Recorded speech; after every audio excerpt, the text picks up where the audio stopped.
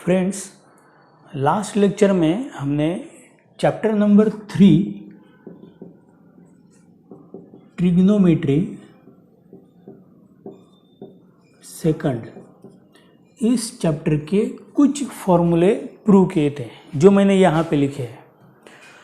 तो ये सब फॉर्मूले अगर आपके याद हो गए हैं, आपको उसका अगर प्रूफ आ रहा है, कोई भी फॉर्मूला आप अगर बना सकते हो, तो हम आज इसके आगे इस चैप्टर में जितने भी फॉर्मूले हैं वो सब प्रूव करने वाले हैं। देखो, तो ये जो फॉर्मूले ये टोटल ये 24 फॉर्मूले जो मैंने पिछले लेक्चर में प्रूव करके दिखाए थे। तो यहाँ पे दो फॉर्मूले एक्चुअली, तो ये है cos a minus b equal to cos a cos b plus sine a sine b, और नीचे वाला अगर साइन हमने लिया तो ये फॉर्मूला बन जाता है cos a plus B equal to cos a cos b minus sine a sine b। तो यहाँ पे दो फॉर्मूले, यहाँ पे दो, एक साइन a माइनस बी का फॉर्मूला, एक sine a cos b minus cos a sine b। Similarly sine a plus b का फॉर्मूला बन गया है sine a cos b plus cos a sine b। तो इस तरीके से हमने जितने भी फॉर्मूले पिछले लेक्चर में लिए थे वो सब यहाँ पे लिखे। तो टोटल अगर ऐसे काउंट करेंगे तो 2 + 2 4 5, 2 + 2 4 + 2 6, 6 + 2 8 + 4 12। तो ऐसे अगर गिनेंगे तो टोटल 24 फॉर्मूले यहाँ पे है, मैंने लिखा है। तो आज हम इसी चैप्टर के जितने भी फॉर्मूले भी बाकी है वो सब लेने वाले हैं। तो मैं अभी जो अगला फॉर्मूला लिख रहा हूँ उसको मैं नंबर दे रहा हूँ 14, क्योंकि मैंने यहाँ पे 13 तक नंबर दे इसलिए। तो अगला फॉर्मूला मैं बना रहा हूँ 1 + sin 2 थीटा के लिए। देखो, 1 का मतलब होता है आइडेंटिटीज़ में sign square theta plus cos square theta. तो अगर मैंने 1 की जगह पे लिखा cos square theta plus sign square theta, और साइन 2 थीटा की जगह पे मैं लिख रहा हूँ 2 sin थीटा कॉस थीटा। तो यहाँ पे मैं a² + b² + 2ab इस फॉर्म में इसको लिख रहा हूँ। तो इसका मतलब ये हो गया है cos theta plus sine theta whole bracket square, 1 + sin 2 theta is equal to cos theta plus sine theta bracket square. This formula also written as in root 1 + sin 2 theta is equal to cos theta plus sine theta. This is our another फॉर्मूले। अगर मैंने यहाँ पे सिर्फ plus की जगह अगर minus sign लिया होता, मतलब मैं अगर यहाँ पे लिखता 1 - sin 2 थीटा, तो सेम तरीके से मैं अगर 1 की जगह पे लिखूँ cos square theta plus sign square theta, और साइन 2 थीटा की जगह पे अगर मैंने लिखा है 2 sin थीटा cos थीटा, तो यही फॉर्मूला बन सकता है cos theta minus sine theta whole bracket square. तो इसी को अगर मैंने ऐसा लिखा in square root of 1 - sin 2 theta is equal to cos theta minus sine theta, तो भी चल सकता है। This is our formula number 15। समझ में आ रहा है?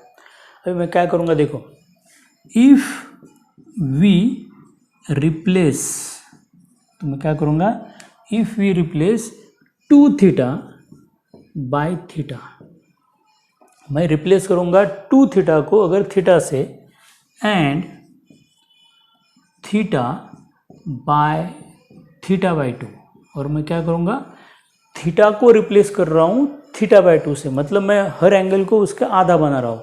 तो मुझे और कुछ फॉर्मूले इसी फॉर्मूले से मिल सकती है। कैसे, देखो, तो मैं इसको फॉर्मूला नंबर 16 बोल रहा हूँ। तो 2 थीटा का फॉर्मूला यहाँ से स्टार्ट होगा। आप यहाँ से भी स्टार्ट करेंगे तो भी चल सकता है। अगर मैंने यहाँ पे थीटा के जगह पे अगर थीटा बाय 2 लिखा होता, थीटा रिप्लेस करने का है थीटा बाय 2 से, तो मुझे फॉर्मूला मिल सकता है फ्रॉम फॉर्मूला नंबर 4 सॉरी। तो मुझे फॉर्मूला मिलेगा tan π/4 minus theta by 2 is equal to 1 - tan theta by 2 upon 1 + tan theta by 2, बराबर।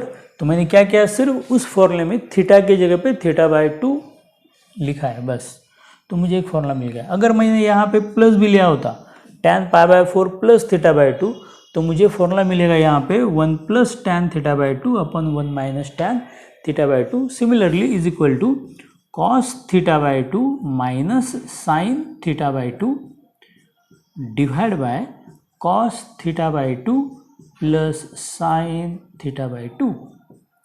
अगर माइनस वाला फॉर्मूला है tan pi by 4 minus theta by two, अगर प्लस वाला लिया होता तो मुझे फॉर्मूला मिलेगा cos theta by two plus sine theta by two upon cos theta by two minus sine theta by two. Next formula यहाँ पे लिखा हुआ cos two theta equal to cos square theta minus sine square theta. तो मैं सिर्फ इसको copy कर रहा हूँ और यहाँ पे दो चीज़ें बदल रहा हूँ। जहाँ पे टू थीटा दिखेगा वहाँ पे मैं थीटा लिखूँगा और जहाँ पे थीटा दिखेगा वहाँ पे मैं थीटा बाई टू लिखूँगा। तो मेरा फॉर्मूला जो नंबर 5 का है वो यहाँ पे कन्वर्ट होके बन जाएगा कॉस टू थीटा की जगह पे cos theta is equal to cos square theta by two minus sine square theta by two. जो नेक्स्ट फॉर्मूला है वो मैं लिख सकता हूँ cos theta is equal to 2 cos square theta by two minus 1। मैं फॉर्मूला नंबर 6 लिख रहा हूँ। दिस ऑल्सो इम्प्लाइज दैट, इसी फॉर्मूले से नया फॉर्मूला मुझे मिल सकता है cos square theta by two is equal to 1 plus cos theta divide by 2। From formula number 7 I can write it as cos theta is equal to 1 minus 2 sin square theta by 2. It means sin square theta by 2 is equal to 1 minus cos theta divided by 2. Next formula I write from formula number 8. तो यहाँ पे मैं सिर्फ 2 theta को convert कर रहा हूँ theta में, तो थीटा कन्वर्ट हो जाएगा थीटा बाई टू में। तो मेरा फॉर्मूला बन गया cos theta equal to 1 minus tan square theta by two upon 1 plus tan square theta by two. Now next formula मैं लिख रहा हूँ फॉर्मूला नंबर 9 से, उसको मैं बोल रहा हूँ फॉर्मूला नंबर 21। तो यहाँ पे मुझे मिलेगा फॉर्मूला नया वाला sine theta is equal to 2 theta को मैं कन्वर्ट कर रहा हूँ थीटा में, रिप्लेस कर रहा हूँ थीटा में, तो आगे आएगा equal to 2 sine theta by two into cos theta by two. और इसी से मुझे नया वाला फॉर्मूला भी मिल सकता है and sine theta is equal to 2 tan theta by two upon 1 plus tan square theta by two. Next formula है जो मैं लिख रहा हूँ tan 2 थीटा से, तो मुझे फॉर्मूला मिल सकता है tan theta is equal to 2 tan theta by two divide by 1 minus tan square theta by two. और जो मैंने यहाँ पे 14 और 15 नंबर में लिखा है उसको लेके भी मैं नए फॉर्मूले बना सकता हूँ। उसको मैं नंबर देता हूँ 23। तो इन रूट 1 प्लस यहाँ पे लिखा है साइन 2 थीटा, यहाँ पे मैं लिख रहा हूँ sine theta is equal to, यहाँ पे मुझे मिलेगा cos theta by two plus sine theta by two and in root 1 minus sine theta is equal to मुझे मिलेगा cos theta by two minus sine theta by two. तो ये एक फॉर्मूले का ग्रुप है। जैसे हमने पहले ये 24 फॉर्मूले या उसको आप 13 बोलेंगे तो भी चलेगा, ये फॉर्मूले हमने प्रूव किए। तो इसी को लेके मैंने ये नीचे वाले सब फॉर्मूले लिखे हैं। तो अगर ये फॉर्मूले आपको याद हो गए, अगर आपने फर्स्ट वीडियो अच्छी तरह से देखा है और आपको सब ये फॉर्मूले याद हो गए, तो आपको ये फॉर्मूले भी याद होने में कोई प्रॉब्लम नहीं आने वाली है। तो बहुत ईजी है एक्चुअली ये फॉर्मूले यहाँ से बनाना। सिर्फ आपको 2 थीटा को रिप्लेस करना है थीटा से और थीटा को रिप्लेस करना है थीटा बाई टू से।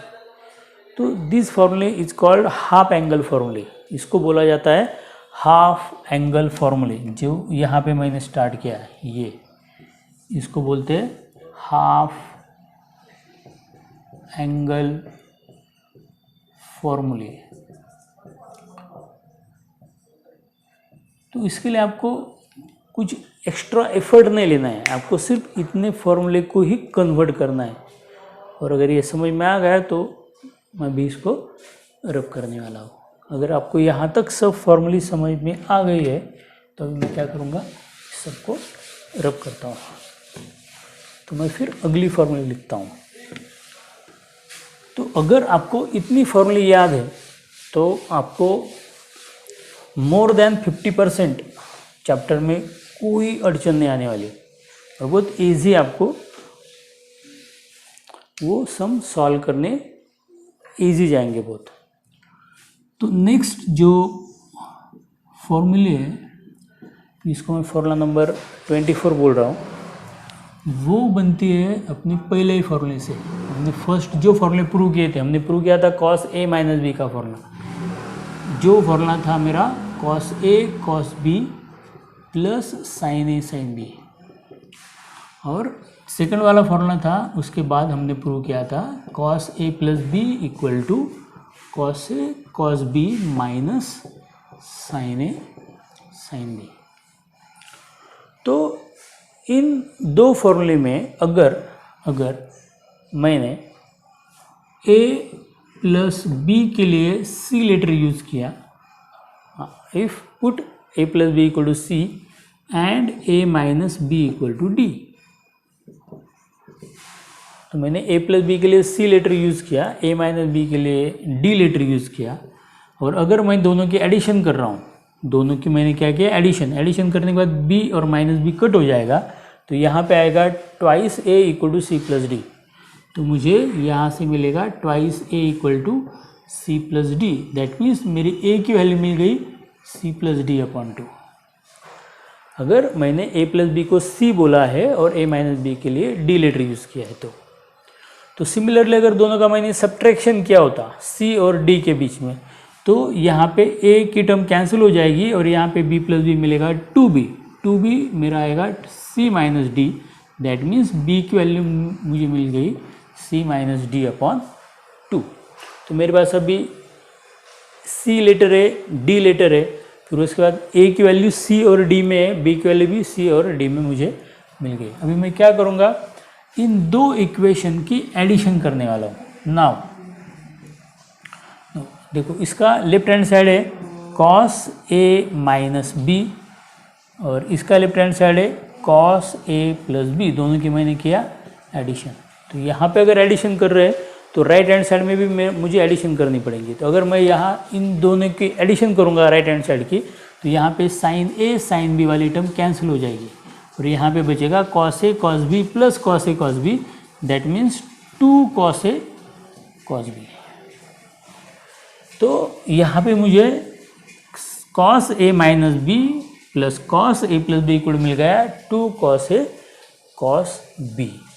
मैं इसको अगर इक्वेशन नंबर 1 बोल रहा हूँ और यहाँ पे मैं a माइनस बी के जगह पे d लिखने वाला हूँ, a प्लस बी के जगह पे c लिखने वाला हूँ, तो मुझे यहाँ पे मिलेगा cos a माइनस बी का मतलब होता है d और cos a प्लस बी का मतलब होता है c equal to 2 cos a के जगह पे मैं लिखने वाला हूँ c plus D upon 2 into cos b के जगह पे लिखने वाला हूँ मैं c माइनस डी अपॉन 2। इसको मैं इक्वेशन नंबर 2 बोल रहा हूँ। तो मुझे c और d में कोई एक फॉर्मूला मिल गया है और ऊपर भी एक्चुअली एक फॉर्मूला मिला है जो मैंने बाद में लिखना है मुझे। तो सिमिलरली एंड अगर मैंने इन दो इक्वेशन की सब्ट्रैक्शन की तो मुझे क्या मिलेगा, देखो, तो मुझे मिलेगा, तो मैं cos a माइनस बी और cos a प्लस बी दोनों लेफ्ट हैंड साइड की सब्ट्रैक्शन कर रहा हूँ। अगर मैंने लेफ्ट हैंड साइड की सब्ट्रैक्शन किया तो राइट हैंड साइड में भी मुझे सब्ट्रैक्शन ही मिलने वाली है। तो मुझे यहाँ पे मिलेगा, सब्ट्रैक्शन करने के बाद क्या होता है, तो यहाँ पे नीचे वाले साइन चेंज हो जाएंगे, तो यहाँ पे cos a cos b cancel हो जाएगा और sin a sin b plus sin a sin b मुझे मिलेगा यहाँ पे 2 sin a sin b, जिसको मैं इक्वेशन नंबर 3 बोल रहा हूँ। अगर मैंने यहाँ पे a माइनस बी के लिए d लेटर यूज़ किया और a प्लस बी के लिए c लेटर यूज़ किया तो मुझे फॉर्मूला मिलता है cos d minus cos c equal to 2 sine a की जगह पे आएगा c प्लस डी अपॉन 2 और साइन b की जगह पे आएगा c माइनस डी अपॉन 2, जिसको मैं इक्वेशन नंबर 4 बोल रहा हूँ। समझ में आ रहा है? हमने क्या किया, जो कॉस वाले हमने पहले दो फॉर्मूले प्रूव किए थे उसी को लेके हमने कुछ नए फॉर्मूले बनाए हैं। सिमिलरली अगर मैंने साइन ए माइनस बी वाला फॉर्मूला यूज किया होता तो साइन ए माइनस बी का फॉर्मूला होता है sign a cos B minus cos a sine B, और साइन ए प्लस बी का फॉर्मूला भी मैंने यहाँ पे यूज़ किया तो फॉर्मूला होता है sign a cos b plus cos a sine b.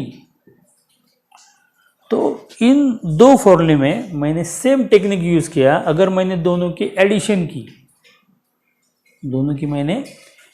की तो मुझे क्या मिलेगा देखो, तो यहाँ पे आएगा sine a minus B plus sine a plus b is equal to, तो यहाँ पे कॉस ए साइन बी की टर्म कैंसिल हो जाएगी, यहाँ पे आएगा sine a cos b plus sine a cos b, तो 2 साइन ए कॉस बी। तो यहाँ पे आएगा sine D plus sine C is equal to 2 sine A का मतलब होता है सी प्लस डी अपॉन 2 और कॉस बी का मतलब होता है C minus D upon 2। I write this as equation number 5। Okay, और अगर मैंने इसको 5 बोला ऊपर वाले इक्वेशन को, तो नीचे वाले इक्वेशन को मैं बोलूँगा इक्वेशन नंबर 6।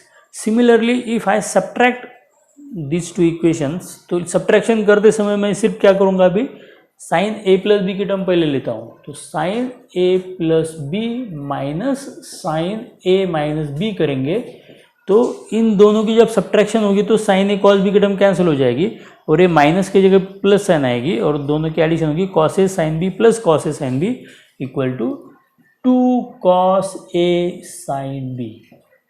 इसको मैं इक्वेशन नंबर 7 बोल रहा हूँ।